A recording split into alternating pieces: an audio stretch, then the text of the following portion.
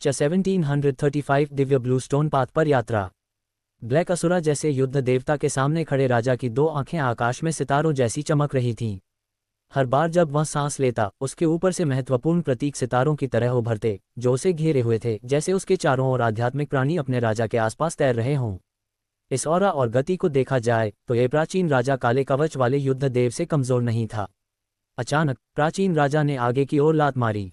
इस प्राचीन राजा के हाथों के ऊपर कुछ प्रतीक संकेंद्रित होकर एक पर्वत बन गए, जो काले कवच वाले युद्ध देव पर टूट पड़ा। काले कवच वाले युद्ध देवता की पुतलियां चमक उठीं। एक जोरदार दहाड़ के साथ उसने प्रतीकों के पर्वत का सामना किया और इस खतरे का सामना करने के लिए सीधे आकाश में छलांग लगा दी। धमाक धमाक धमाक, हर प्रहार में नियम और ऊर्जा का अजीब समन्वय था। ये वीर पर गहरी और नवीन छाप छोड़ गया। काले कवच वाले युद्ध देवता की प्राचीन राजा के साथ लड़ाई पृथ्वी हिलाने और आकाश चीर देने वाली थी। उनके चारों ओर 10,000 मील का समुद्र उबल रहा था और तेजी से भाप में बदल रहा था। दोनों ने एक दिन और एक रात तक प्रबल संघर्ष किया। प्रतीक काले कवच वाले युद्ध देवता के शरीर में घुसे, जिससे उसकी मांसपेशियां फटने लगीं और हड्डियां टूट गईं। वीर महसूस कर सकता था कि काले कवच वाले युद्ध देवता की ब्लड लाइफ पावर तेजी से समाप्त हो रही थी। उसका प्रतिद्वंदी बहुत प्रबल है। वीर का हृदय कांप उठा, लेकिन उसे पता था कि काले कवच वाले युद्ध देवता का प्रतिद्वंदी, ये प्राचीन जाति का राजा, वास्तव में और भी गंभीर चोटें झेल चुका था। उसका पत्थर जैसा शरीर मानो टूटने की कगार पर था और उसकी हड्डियां और मांसपेशियां उजागर हो रही थीं। ये हड्डियां और मांसपेशियां संकेंद्रित प्रतीक जैसी थीं, नियमों की चमकती शक्ति में लिपटी हुई और भयावह ऑरा छोड़ रही थीं। अचानक प्राचीन राजा की आंखों में अद्भुत प्रकाश चमक उठा। उसके टूटे हुए शरीर पर उसका पूरा बायां हाथ वास्तव में नष्ट हो गया। अपने मांस और रक्त से उसने सबसे प्रबल स्रोत प्रतीक बाहर निकाल लिए।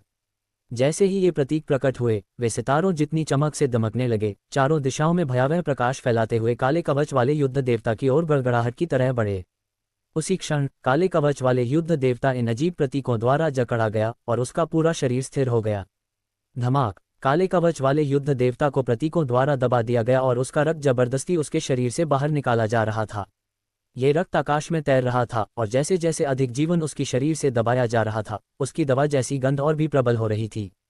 वीर हैरान था। उसने नहीं सोचा था कि यह असाधारण रूप से प्रबल काले कवच वाला युद्ध देवता इतनी खतरनाक स्थिति में आ जाएगा। लेकिन वीर के प्रतिक्रिया देने से पहले काले कवच वाले युद्ध देवता की गहराई में लगभग बुझने वाली भड़कती आग अचानक असाधारण रूप में फूट पड़ी। उसकी आत्मा में हलचल पैदा हुई और उसे जला दिया। उसी क्षण अंतरिक्ष में तैर रहे मांस और रक्त को, जो दबा हुआ था, वापस काले कवच वाले युद्ध देवता के शरीर में खींच लिया गया और उसने पूरी तरह से रिकवर हो गया। एक जोरदार दहाड़ के साथ, जो गड़गड़ाहट की तरह गूंज रहा था और पहाड़ियों को हिला रहा था, काले कवच वाले युद्ध देवता से खूनी लाल ऑरा बाहर निकला, जो आकाश को प्रभावित कर रही थी। एक भयंकर गड़गड़ाहट के साथ असीमित लाइफ पावर और स्पिरिचुअल एनर्जी ने सीधे सभी दबाव डालने वाले प्रतीकों को चूर चूर कर दिया।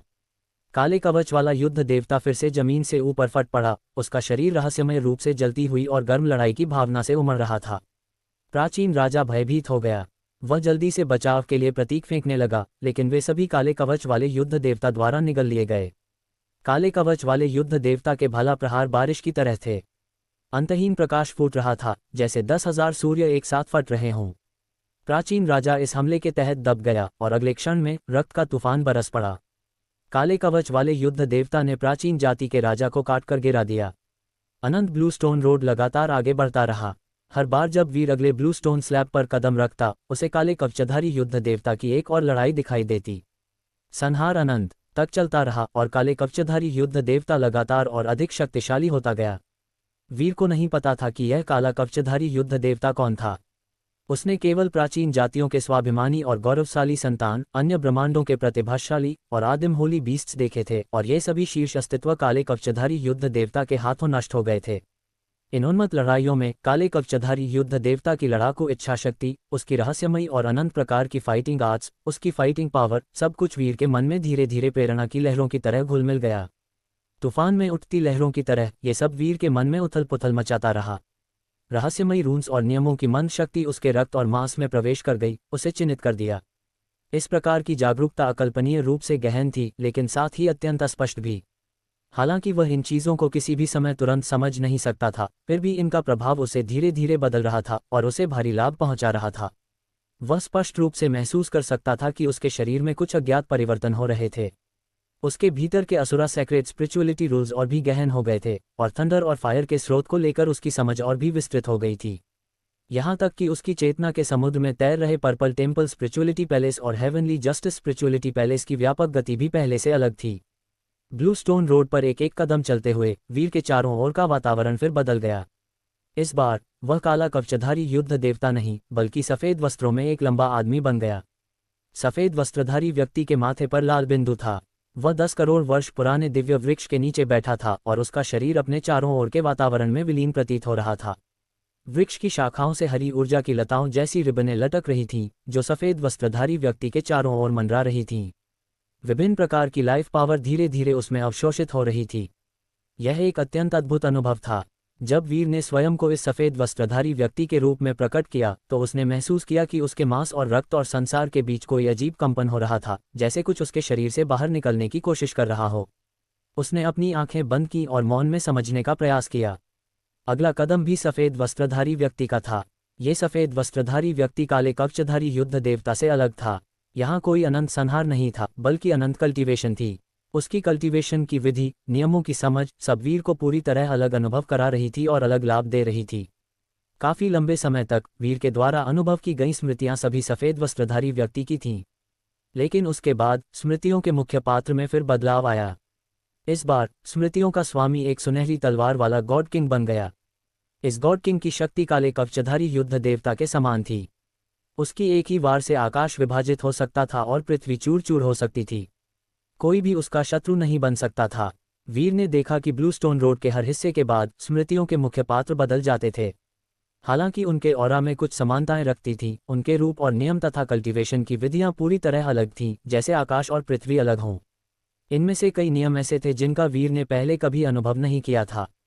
इसमें कोई शक नहीं कि ये सभी 33 सेक्रेट स्पिरिचुअलिटी के विभिन्न पहलू थे। लेकिन ये लोग कौन थे? वीर चकित था। उनकी शक्ति लगभग ट्रू डिवाइनिटी स्तर की लग रही थी, लेकिन इतनी सारी ट्रू डिवाइनिटी स्तर की शक्तियां कहाँ से आईं? क्या ये संभव था कि ये सभी लोग पहले इस ग्रह आकार के इमोर्टल पैलेस में कदम रख चुके हों? लेकिन जैसे ही यह विचार वीर के मन में आया, उसने तुरंत ही इसे खारिज कर दिया। इसका कारण ये था कि असुरा लेवल का गेट ऑफ रूल्स किसी भी फाइटिंग मास्टर के लिए पार करना अत्यंत कठिन परीक्षा थी। इसे पूरी तरह पार करना आकाश को चुनौती देने जैसा काम था। हालांकि वीर यह नहीं कह सकता था कि अंतिम परीक्षा शुरू होने के बाद से कभी कोई इमोर्टल पैलेस में कदम नहीं रख पाया हो, पर वह कम से कम ये जानता था कि पिछले 10 अरब वर्षों में इतने सारे असाधारण लोग पैदा नहीं हुए थे। क्या ब्लू स्टोन रोड पर दर्ज इन अद्वितीय शक्ति संपन्न लोगों की स्मृतियां असुरा रोड मास्टर के डिसाइपलों की हो सकती थीं? अगर असुरा रोड मास्टर ऐसा व्यक्ति था जो ट्रू डिवाइनिटी स्तर से भी ऊपर था, तो उसके अधीन इतनी सारी ट्रू डिवाइनिटी स्तर की शक्तियां होना असामान्य नहीं था। वीर कदम बढ़ाता रहा, एक कदम के बाद एक कदम। जितना वह आगे बढ़ता गया, उसकी मुद्रा उतनी ही लंबी और सीधे खड़ी होती गई और उसका ऑरा भी कहीं अधिक गहन हो गया। इन सभी परिवर्तनों के बीच संसार से एक मौन और छिपी हुई शक्ति उभरी, जो वीर के शरीर के चारों ओर मंडराने लगी, धीरे धीरे उसके साथ तालमेल में धड़क रही थी। लगातार अनुभव करते, देखते और समझते हुए वीर के कदम भारी होते गए। शुरुआत में वीर को केवल ब्लू स्टोन रोड की स्मृतियों का कुछ मोटा मोटा ज्ञान था, लेकिन जितना अधिक वीर ऊपर चढ़ा, उतनी ही अधिक अंतर्दृष्टियां उसे इन स्मृतियों से मिलीं। जैसे जैसे ये सभी निष्कर्ष और समझदारी वीर के मन में गुजरती गई, उसकी ठुड्डी से पसीने की बूंदें गिरने लगीं। उसकी समझ जितनी गहरी होती गई, उतना ही वीर को एहसास हुआ कि ये नियम कितने अकल्पनीय रूप से रहस्यमयी हैं। धीरे धीरे रहस्यमयी रून्स प्रकट होने लगे, जो ब्लू स्टोन रोड के चारों ओर लिपटी सभी गुप्त शक्तियों को निगलते चले गए। ये रून्स प्रकाश के कणों की तरह चमकते, छोटे छोटे तारे की तरह धीरे धीरे वीर के शरीर में प्रवेश करते और उसके मांस और रक्त में बिना किसी निशान के विलीन हो जाते। जितना अधिक वीर समझता गया, उसका ऑरा उतना ही अजीब होता गया। कभी उसका ऑरा हल्का और बादलों की तरह सरल था, जैसे वह पूरी तरह से संसार का हिस्सा बन गया हो। कभी उसका ऑरा भव्य और विशाल था, और कभी उसका ऑरा उदास और कर्कश थी, इतना कि भूत और देवता भी कांप उठते। इसी समय वीर ब्लू स्टोन रोड के अंत तक पहुंच गया।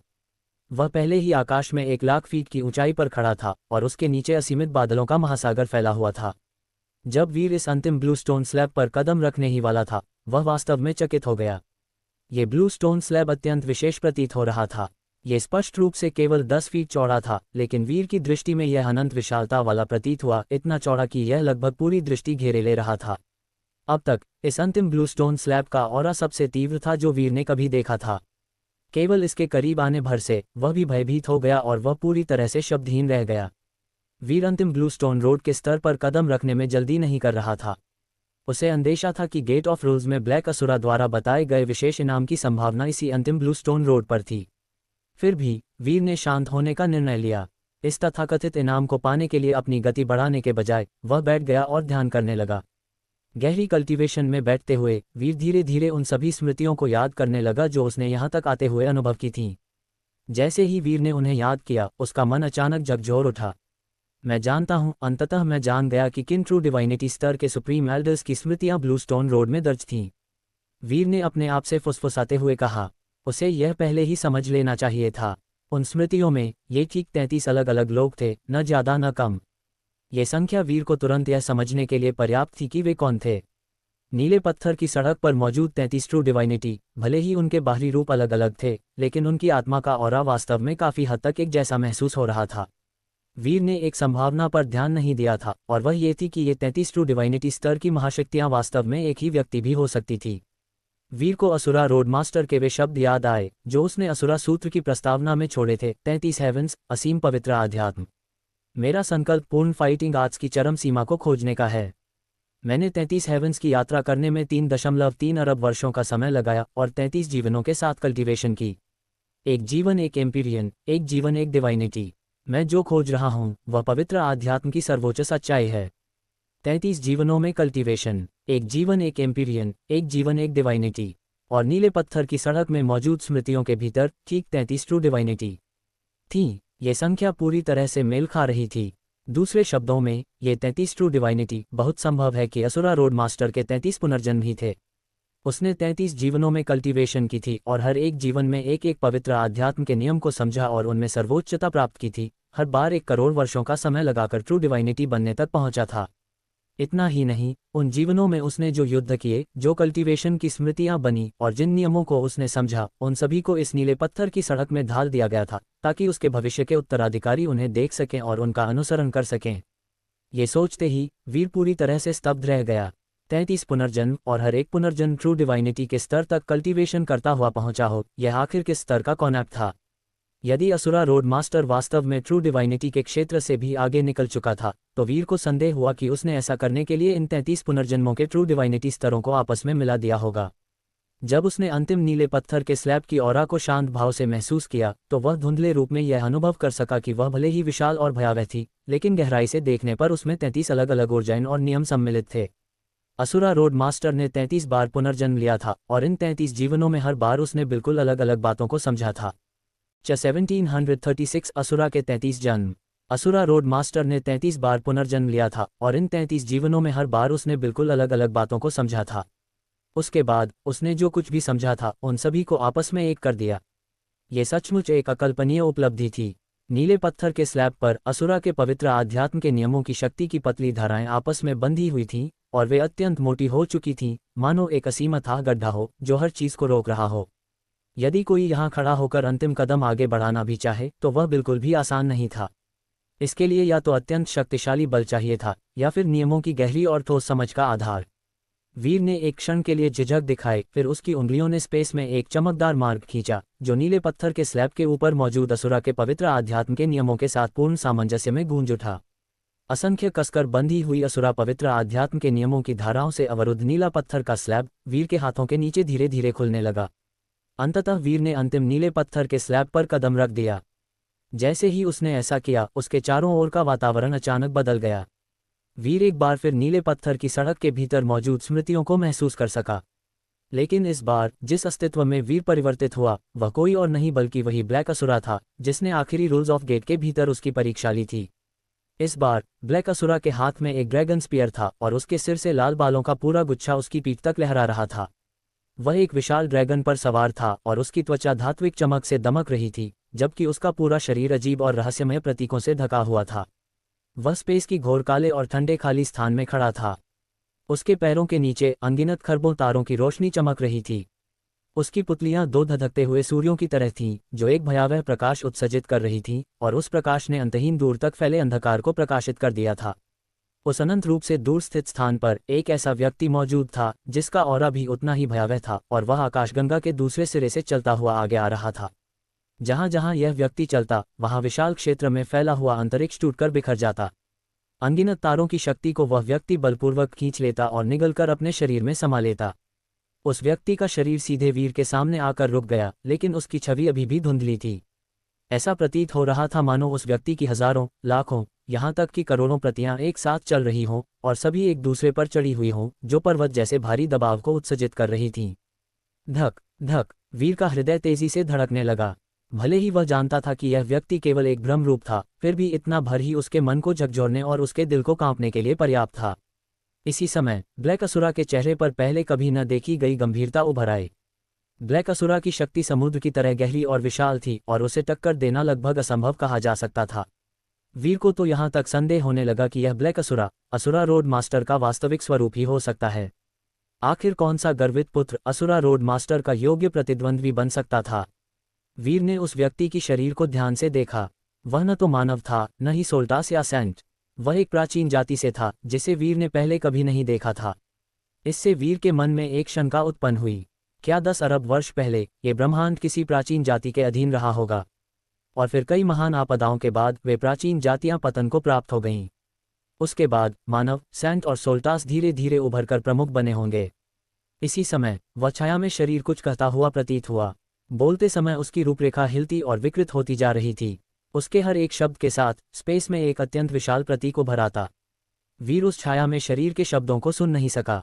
वह केवल इतना देख पा रहा था कि वे विशाल जादुई प्रतीक आगे की ओर झपटते हुए आ रहे थे, इतने बड़े कि वे एक पूरे विश्व को ढक सकते थे और उल्कापिंड की तरह ब्लैक असुरा पर आकर टूट पड़े।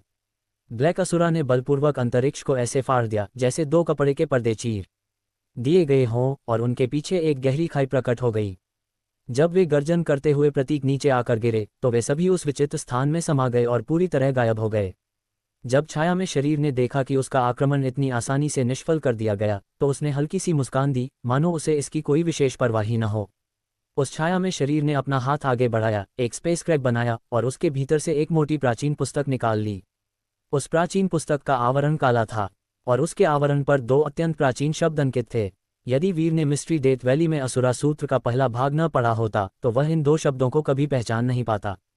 होली स्क्रिप्चर। वीर स्तब्ध रह गया। ये छाया में शरीर इस पुस्तक को एक हथियार की तरह प्रयोग कर रहा था, और इस पुस्तक का नाम था होली स्क्रिप्चर। एक पुस्तक को हथियार के रूप में उपयोग करना, ये पहली बार था जब वीर ने ऐसा कुछ देखा था। और जहां तक असुरा सूत्र के नाम की बात थी, वीर को अनायास ही एक बात याद आ गई। मिस्ट्री डेथ वैली में एम्पीरियन डिवाइन मिस्ट ने सोल्टास होली स्क्रिप्चर का उल्लेख किया था। क्या छाया में शरीर के हाथों में मौजूद ये होली स्क्रिप्चर सोल्टास होली स्क्रिप्चर से जुड़ा हुआ हो सकता था?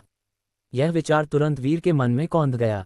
वह धुंधले रूप में यह महसूस कर सका कि उसने एक ऐसे महान ऐतिहासिक रहस्य को छू लिया है जो पूरे 33 हेवंस में फैला हुआ है और जिसकी उत्पत्ति 10 अरब वर्ष पहले समय की नदी से हुई थी। इसी समय छाया में शरीर ने अपने हाथों में मौजूद होली स्क्रिप्चर को खोल दिया। उसके होंठ हिलने लगे और उसके मुंह से जादुई सीलें प्रकट होने लगीं। ब्लैक असुरा एक तारे पर खड़ा था, लेकिन एक ही क्षण में वह एक क्रूर नर्कलोक में स्थानांतरित कर दिया गया। पीले झरनों का रक्तमय जल उसके चारों ओर उफनने लगा और उन्मत्त रूप से हर दिशा में बहने लगा। अनंत हड्डियां डूबती और तैरती हुई दिखाई दे रही थीं, और हर एक से डेथ एनर्जी का एक अजीब और ठंडा ऑरा निकल रहा था। ये सब एक साथ मिलकर रक्त की एक विशाल लहर बन गया जो उग्र वेग के साथ ब्लैक असुरा की ओर दौड़ पड़ी। इतना ही नहीं, उसके चारों ओर कई बुद्धा जैसे डिवाइन सुप्रीम भी मौजूद थे, जिनके चेहरों पर करुणा और कोमलता की शांत अभिव्यक्ति थी। वे शुद्ध सफेद हड्डियों से बने कमल पुष्पों पर बैठे थे और उनके शरीर से दिव्य और भव्य प्रकाश फैल रहा था। अनगिनत सुप्रीम स्पेस को चीरते हुए आगे बढ़े और अपने साथ अंतहीन शक्ति लेकर ब्लैक असुरा की ओर झपट पड़े। ये सब देखकर वीर पूरी तरह से अवाक रह गया। वह ये सब ब्लैक असुरा के दृष्टिकोण से देख पा रहा था, और वह जानता था कि यह कोई भ्रम नहीं था, बल्कि एक वास्तविक महान विश्व था। वह छाया में व्यक्ति होली स्क्रिप्चर का उपयोग करके शून्य से जीवन की रचना कर रहा था और एक ग्रेट वर्ल्ड उत्पन्न करके ब्लैक असुरा पर आक्रमण कर रहा था। इस रहस्यमय व्यक्ति की शक्ति सचमुच एक भयावह स्तर तक पहुंच चुकी थी। इसमें कोई आश्चर्य नहीं था कि अजेय ब्लैक असुरा को भी ऐसा महसूस हो रहा था, मानो उसे एक सच्चा समकक्ष प्रतिद्वंद्वी मिल गया हो और वह इस युद्ध को अत्यंत गंभीरता के साथ ले रहा था। ब्लैक असुरा की आंखों में दिव्य प्रकाश झिलमिलाने लगा। इस ग्रेट वर्ल्ड से आने वाले सभी आक्रमणों का सामना करते हुए उसके हाथों में एक शुद्ध काले रंग का भाला प्रकट हो गया। उस काले भाले पर असंख्य डिवाइन स्किल्स और अलौकिक शक्तियों का ऑरा घूम रहा था। डिवाइन आइस एनर्जी, महान सूर्य की ट्रू फायर, थंडर की वास्तविक रहस्यमय ओरिजिन एनर्जी, अंतहीन निर्भीक योद्धा भावना, अनगिनत आत्माओं की इच्छा शक्ति। इनमें से हर एक शक्ति वह थी जिसे ब्लैक असुरा ने युद्ध के दौरान या अपने विरोधियों के शरीर से समझा और आत्मसात किया था। भले ही ये असंख्य और विविध शक्तियां एक साथ एकत्र थीं, लेकिन ब्लैक असुरा के हाथों में वे सभी पूर्ण सामंजस्य के साथ प्रवाहित हो रही थीं। भाले ने स्पेस को चीर दिया। अनंत खाली स्पेस में उससे एक ऐसा प्रकाश फूटा जिसने अंतरिक्ष के अंधकार को प्रकाशित कर दिया। उसी क्षण वे सभी रहस्यमय शक्तियां ग्रेट वर्ल्ड के भीतर गर्जना करने लगीं। अनगिनत दिव्य प्रकाश स्तंभ पूरे विश्व में फैल गया और हर एक से अत्यंत भयावह स्तर की ऊर्जा प्रसारित होने लगी। उफनती हुई ट्रू वर्ल्ड की भयानक ऊर्जा की नदी पूर्ण फायर की रहस्यमय ओरिजिन एनर्जी द्वारा जला दी गई और पूरी तरह सूख गई। सफेद दिव्य बुद्धा जैसे सुप्रीम अत्यंत तीक्ष्ण मूल स्वॉर्ड इंटेंट से चीर दिए गए और यहाँ तक कि उनकी हड्डियों से बने कमल सिंहासन भी धूल में बिखर गए।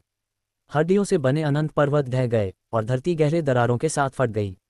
ग्रेट वर्ल्ड तेजी से विघटित होने लगा और ब्लैक असुरा की गर्जन करती शक्तियों के नीचे मुरझाकर नष्ट हो गया। जब रहस्यमय छाया में व्यक्ति ने अपने ग्रेट वर्ल्ड को ढहते हुए देखा तो उसकी अथाह गहरे ऑरा में तनिक भी परिवर्तन नहीं आया। केवल उसकी आंखों में एक हल्की सी सतर्कता की चमक उभरी जब उसने ब्लैक असुरा की ओर देखा। इसी समय ब्लैक असुरा से निकलने वाला ऑरा और भी विशाल होता चला गया और उसकी गति भयावह स्तर तक पहुंचने लगी। पिछले कई अरब वर्षों में उसने जो भी शक्तियां समझी थीं वे सभी इस क्षण पूरी तरह फूट पड़ीं।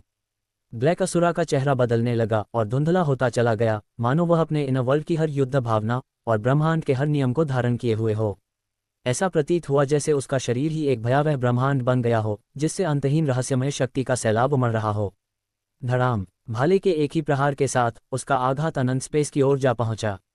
जहां जहां वह भाला गुजरा वहां ग्रह चकनाचूर हो गए, तारे मध्यम पड़ गए और यहां तक कि ब्रह्मांड भी कांप उठा। उसके पीछे भयानक स्पेस स्टॉर्म उठ खड़े हुए जो सब कुछ बहा ले जाते हुए चारों ओर फैल गए। रहस्यमय शक्तियों की एक के ऊपर एक चढ़ी हुई परतों में 33 हेवंस की सभी गुप्त शक्तियां समाहित थीं।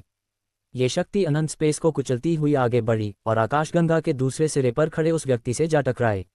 उस छाया में व्यक्ति के चेहरे के भाव अंततः बदल गए। ब्लैक असुरा का यह आक्रमण 33 हेवंस के सभी नियमों को एक साथ मिलाकर बना था। यहां तक कि यह कहा जा सकता था कि यह 33 हेवंस से भी आगे निकल चुका था। गड़गड़ गड़गड़ गड़गड़! छाया में व्यक्ति बुरी तरह पीछे हट गया और उसका शरीर स्पेस को तोड़ता हुआ पीछे सरकने लगा।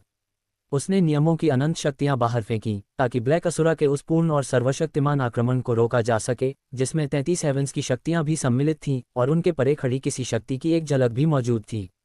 असुरा पवित्र आध्यात्म के नियमों की शक्ति।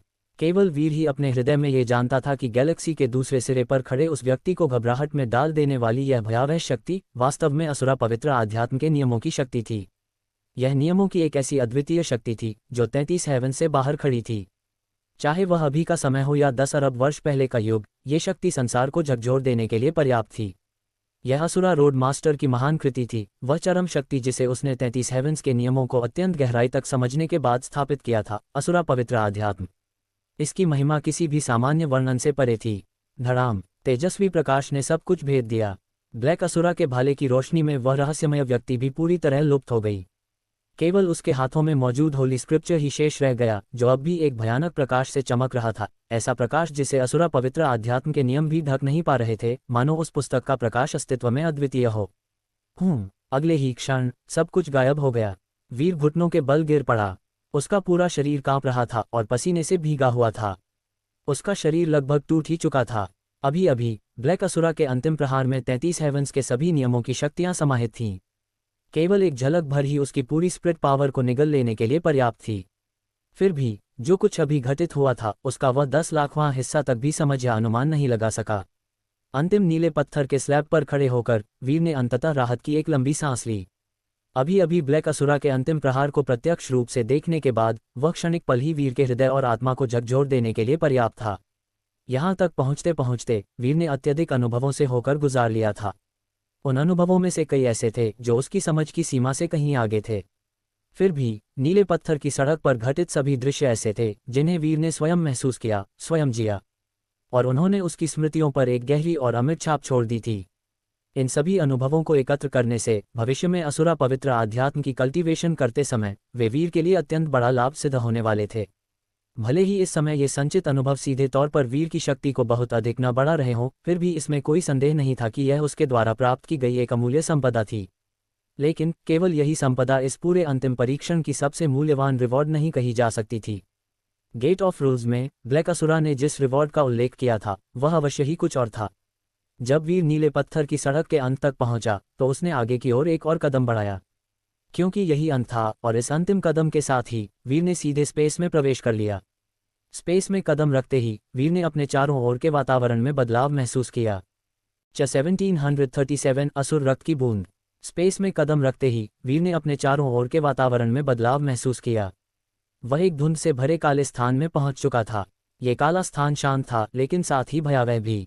जब वीर इस स्थान के भीतर आगे बढ़ा तो वह अपनी सांसों की आवाज और दिल की धड़कनों को स्पष्ट रूप से सुन पा रहा था। धुंधले रूप में ऊर्जा की हल्की धाराएं इस काले स्थान के भीतर लिपटी हुई घूम रही थीं। ये मंद ऊर्जा धाराएं 3 अलग अलग रंगों में थीं, एक धूसर काला, दूसरा घोर काला और तीसरा गहरे हरे रंग का। जैसे ही वीर ने इन तीनों ऊर्जा धाराओं को महसूस किया, उसका मन कांप उठा। इन 3 ऊर्जा धाराओं में से एक ग्रैंड मिस्ट एनर्जी थी। वीर ग्रैंड मिस्ट नियमों की कल्टीवेशन करता था, इसलिए ग्रैंड मिस्ट ऊर्जा के प्रति उसकी समझ अत्यंत गहरी थी। उसके लिए इसमें गलती की कोई संभावना नहीं थी।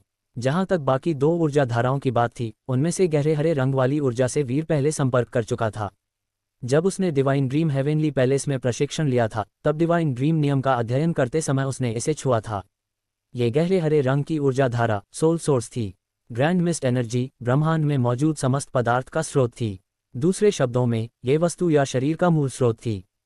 सोल सोर्स ब्रह्मांड के पवित्र आध्यात्म का स्रोत था, अर्थात यह आत्मा का मूल स्रोत था।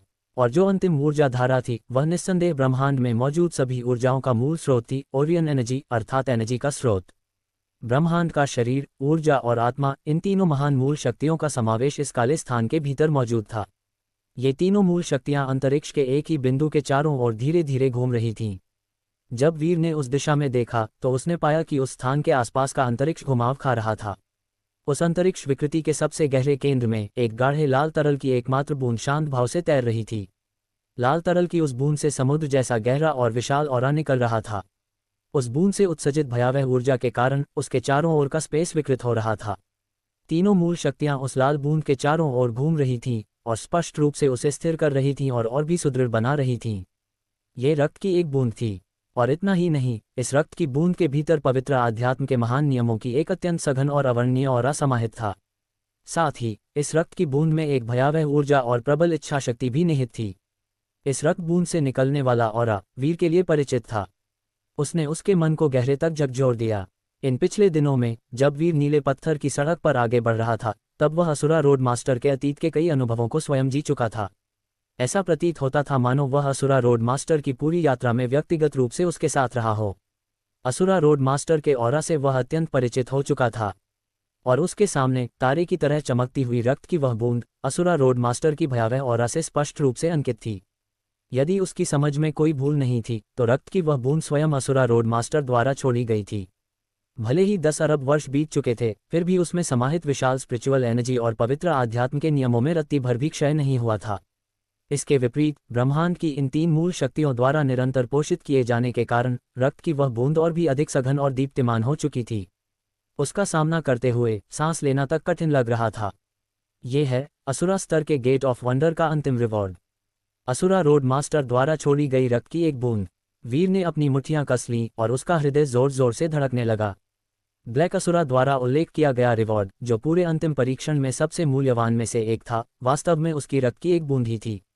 पिछले कई दिनों तक तारे जैसे इमोर्टल पैलेस में रहते हुए वीर नीले पत्थर की सड़क पर चला था और वहां छोड़ी गई असुरा रोड मास्टर की स्मृतियों को स्वयं अनुभव किया था, स्वयं जिया था। इन स्मृतियों ने वीर को नई अनुभूतियां दी, नई जागरूकता दी और नियमों के प्रति उसकी समझ को और गहरा किया। यद्यपि यह एक अत्यंत अमूल्य ट्रेजर था, फिर भी यह उसे कम समय में शक्ति की छलांग लगाने की अनुमति नहीं दे सकता था, और न ही यह उसके शरीर को मूल रूप से परिवर्तित कर कोई भयावह शक्ति या असाधारण टैलेंट प्रदान कर सकता था। लेकिन नीले पत्थर की सड़क के अंत में स्थित यह अंतिम रिवॉर्ड, असुरा की रक्त बूंद, वास्तव में पूरी तरह भिन्न थी। 10 अरब वर्ष पहले असुरा रोड मास्टर ने अनंत युद्धों का सामना किया था और 33 हेवंस के नियमों को अपने हाथों में पकड़ा था। वह 33 हेवंस से ऊपर खड़ा था और उसने अपना स्वयं का मार्ग निर्मित किया था। ऐसे अस्तित्व के लिए उसकी त्वचा, मांस, रक्त और हड्डियों का हर सूक्ष्म अंश भी एक अमूल्य ट्रेजर माना जाता था। उसके शरीर का प्रत्येक अति सूक्ष्म भाग नियमों के वास्तविक अर्थ से अंकित था। इस संसार में फाइटिंग मास्टर्स की अनगिनत कथाएं थीं, जिनमें वे संयोगवश किसी सुप्रीम फाइटिंग मास्टर की समाधि में प्रवेश कर जाते थे और उसकी हड्डियों से किसी विशिष्ट फाइटिंग आर्ट का वास्तविक अर्थ समझ लेते थे और उसी प्रक्रिया में एक असाधारण विरासत प्राप्त कर लेते थे। और असुरा जैसे उत्कृष्ट अस्तित्व के लिए तो ये बात और भी अधिक सत्य थी। उसकी रक्त की केवल एक बूंद के भीतर ही निस्संदेह ऐसी अनेक शक्तियां समाहित थीं, जो वीर की कल्पना से भी परे थीं। अपने हृदय में उफन रही उत्तेजना को दबाते हुए वीर स्पेस के भीतर आगे बढ़ा और धीरे धीरे असुरा की रक्त बूंद के निकट पहुंचने लगा। स्पेस के भीतर ब्रह्मांड की वे 3 महान मूल शक्तियां वीर के आगमन से मानो विचलित होने लगीं। भले ही वे ऊपर से शांत और स्थिर प्रतीत हो रही थीं, लेकिन वास्तविकता में वे अथाह रूप से खतरनाक थीं। ग्रैंड मिस्ट ऊर्जा की एक अत्यंत सूक्ष्म धार भी एक तारे से अधिक भारी होती थी। यदि किसी सामान्य शरीर को उसके भीतर रखा जाए तो वह सीधे कुचलकर शून्य में बदल जाएगा। जहां तक ओरियन एनर्जी की बात थी, उसमें सूर्य जैसी उग्र और उन्मत्त ऊर्जा समाहित थी। यदि यह ऊर्जा किसी फाइटिंग मास्टर के शरीर में प्रवेश कर जाए तो वह फाइटिंग मास्टर तुरंत भाप बन जाएगा। और सोल सोर्स, वह समस्त मानसिक शक्ति और स्पिरिट पावर का मूल स्रोत था। यदि सोल सोर्स किसी फाइटिंग मास्टर के स्पिरिट सी में प्रवेश कर जाए और वह उसकी भयावह शक्ति को सहन न कर पाए तो उसका स्पिरिट सी ढह जाएगा और वह एक निरर्थक चेतनाहीन ज़ॉम्बी में परिवर्तित हो जाएगा। लेकिन इस समय ये तीनों उग्र मूल शक्तियां वीर के लिए बाधा नहीं बनी। इसके विपरीत वे अप्रत्याशित रूप से उसके चारों ओर घूमने लगीं और धुंधले रूप में उसके शरीर, ऊर्जा और आत्मा को पोषित करने लगीं। इससे उसकी ब्लड लाइफ पावर और अधिक प्रखर और प्रचंड होती चली गई। उसका इनर वर्ल्ड और भी समृद्ध और सघन बन गया और उसकी आत्मा पहले से कहीं अधिक सुदृढ़ होने लगी। वीर हर एक कदम आगे बढ़ाने के बाद काफी देर तक रुक जाता, मानो वह किसी गहरी बात पर चिंतन कर रहा हो। और इसी समय स्पेस में तैर रही वह रक्त बूंद मानो किसी शक्ति से उत्तेजित हो उठी हो। वह हृदय की तरह धड़कने लगी। उस धड़कन की लय ठीक वीर की अपनी हृदय धड़कन के साथ तालमेल में आ गई। इससे उसकी पूरी रक्त जीवंतता में कंपन उत्पन्न हो गया। ऐसा लग रहा था मानो कोई आह्वान उसकी ब्लड लाइफ पावर को पुकार रहा हो और उसे आगे बढ़ने के लिए प्रेरित कर रहा हो। यह अनुभूति वीर के अस्तित्व की गहराइयों से उत्पन्न हुई थी, एक ऐसी अनुभूति जिसे शब्दों में व्यक्त करना असंभव था। इसी समय वीर के पीछे से एक हल्की और शांत आवाज गूंज उठी। क्या तुम जानते हो कि वह क्या है? वीर चौंक गया। उसने तुरंत अपना सिर घुमा लिया। उसके पीछे कुछ ही दूरी पर एक काले कवच में लिपटा योद्धा खड़ा था, जिसके हाथ में एक लंबा भाला था। वह देवताओं और भूतों की तरह बिना किसी आहट के प्रकट हुआ था। ये काले कवच वाला योद्धा और कोई नहीं बल्कि आखिरी गेट ऑफ रूल्स के भीतर मौजूद वही ब्लैक असुरा था। सीनियर असुरा, वीर ने आदरपूर्वक झुककर प्रणाम किया। असुरा स्तर के गेट ऑफ रूल्स में ब्लैक असुरा के 3 प्रहारों ने उसे लगभग मार ही डाला था। फिर भी वीर के मन में ब्लैक असुरा के प्रति केवल गहरा सम्मान ही था। क्या तुम जानते हो कि वह क्या है? ब्लैक असुरा ने स्पेस में तैर रही उस रहस्यमय रक्त बूंद की ओर देखते हुए एक बार फिर पूछा। वीर ने विनम्रता से कहा, यदि जूनियर गलत नहीं है तो वह असुरा रोड मास्टर द्वारा छोड़ी गई रक्त की एक बूंद है। तुम एक समझदार लड़के हो, लेकिन वह केवल रक्त की एक बूंद मात्र नहीं है। ब्लैक असुरा को इस बात पर कोई आश्चर्य नहीं हुआ कि वीर ने इस रक्त बूंद की उत्पत्ति का अनुमान लगा लिया था। वीर नीले पत्थर की सड़क से गुजर चुका था और असुरा रोड मास्टर के 33 पुनर्जन्मों की स्मृतियों के स्नान को सहन कर चुका था। यदि वह ये भी अनुमान नहीं लगा पाता कि यह रक्त बूंद असुरा रोड मास्टर द्वारा छोड़ी गई है तो उसके पास असुरा स्तर के गेट ऑफ रूल्स को पार करने की योग्यता ही नहीं होती। वीर ने कुछ नहीं कहा और ब्लैक असुरा के आगे बोलने की प्रतीक्षा करता रहा। ब्लैक असुरा ने हल्की सांस ली और कहा, इस रक्त बूंद को उसी ने रिफाइन किया था। अतीत में उसने अपने ब्लड एसेंस की एक बूंद ली और उसमें 33 हेवंस के पवित्र आध्यात्म के नियमों को फ्यूज कर दिया, साथ ही उसमें अपनी दिव्य आत्मा की शक्ति और मूल ऊर्जा को भी समाहित कर दिया। इसके बाद उसने इसे इटर्नल डिवाइन फनेस के भीतर रखा और 33 हेवंस से एकत्र किए गए नियमों की अग्नि से धीरे धीरे इसे तपाया। 33 हेवंस के प्रत्येक भिन्न नियम से उसने इस रक्त बूंद को हर बार 10,000 वर्षों तक तपाया और कुल मिलाकर 3,30,000 वर्षों का समय इस रक्त बूंद को रिफाइन करने में लगाया। ब्लैक असुरा के शब्द सुनते ही वीर स्तब्ध रह गया। केवल एक रक्त बूंद को 3,30,000 वर्षों तक रिफाइन करना, ये समय अवधि वीर को भी चकित कर देने वाली थी। वीर ने पूछा, असुरा रोड मास्टर ने इस रक्त बूंद को रिफाइन करने में 3,30,000 वर्ष लगाए? वीर को यह अविश्वसनीय लग रहा था। असुरा रोड मास्टर आखिर किस स्तर का अद्वितीय और सर्वोच्च एल्डर था। उसका समय निस्संदेह अत्यंत बहुमूल्य रहा होगा। भले ही उसकी आयु का कोई अनुमान न लगाया जा सकता हो, फिर भी एक रक्त बूंद को विरासत के रूप में तैयार करने के लिए 3,30,000 वर्ष व्यतीत करना अत्यंत चौंकाने वाला था। ब्लैक असुरा ने सिर हिलाया। बात वैसी नहीं है जैसी तुम सोच रहे हो। जब उसने रक्त बूंद को इटर्नल डिवाइन फनेस में रखा तो उसने 33 हेवंस के नियम उसमें डाल दिए और फिर नियमों की अग्नि को बनाए रखने के लिए एक महान एरे स्थापित किया। ये 3,30,000 वर्ष उस रक्त बूंद के इटर्नल डिवाइन फनेस के भीतर स्वतंत्र रूप से रिफाइन होने के थे। तो ऐसा था, वीर ने सिर हिलाया। भले ही असुरा रोड मास्टर ने इस रक्त बूंद को आरंभ से अंत तक रिफाइन किया था, लेकिन इस रक्त बूंद के भीतर मौजूद नियम, दिव्य आत्मा की शक्ति और मूल ऊर्जा सभी स्वयं असुरा रोड मास्टर से उत्पन्न हुए थे। वह ऐसा अस्तित्व था जो ट्रू डिवाइनिटी की सीमा से भी परे था। ऐसी ऊर्जाएं कितनी बहुमूल्य होंगी, इसकी कल्पना करना ही असंभव था। हालांकि ब्लैक असुरा की व्याख्या ने वीर को थोड़ा भ्रमित कर दिया। Black Asura Asura road master के लिए वह शब्द का प्रयोग कर रहा था। वीर पहले यह मानता था कि black Asura Asura road master द्वारा छोड़ी गई एक अवतारा छाया है, लेकिन जिस प्रकार ब्लैक असुरा ने असुरा रोड मास्टर का उल्लेख किया उसने वीर की उस धारणा को तोड़ दिया। सीनियर, आपने जिस तरह असुरा रोड मास्टर का उल्लेख किया, अंततः वीर अपनी जिज्ञासा को रोक नहीं पाया और पूछ बैठा। ब्लैक असुरा मानो समझ गया कि वीर क्या जानना चाहता है और उसने शांत स्वर में उत्तर दिया। जिसने इस असुरा ब्लड को रिफाइन किया था वह असुरा रोड अवतार का मुख्य शरीर था। उसके 33 अवतार थे और जहां तक मेरी बात है, मैं उन अवतारों में से एक द्वारा छोड़ी गई मात्र एक आत्मा अंश का पुनर्जन्म हूं। समझ गया। वीर पूरी तरह स्तब्ध रह गया। एक अवतार द्वारा छोड़ी गई आत्मा के अंश का पुनर्जन्म ही इतना शक्तिशाली था, तो फिर असुरा रोड मास्टर की वास्तविक शक्ति आखिर किन स्तरों तक पहुंची होगी, इसकी कल्पना करना भी कठिन था। धन्यवाद सीनियर, वीर ने एक बार फिर झुककर प्रणाम किया।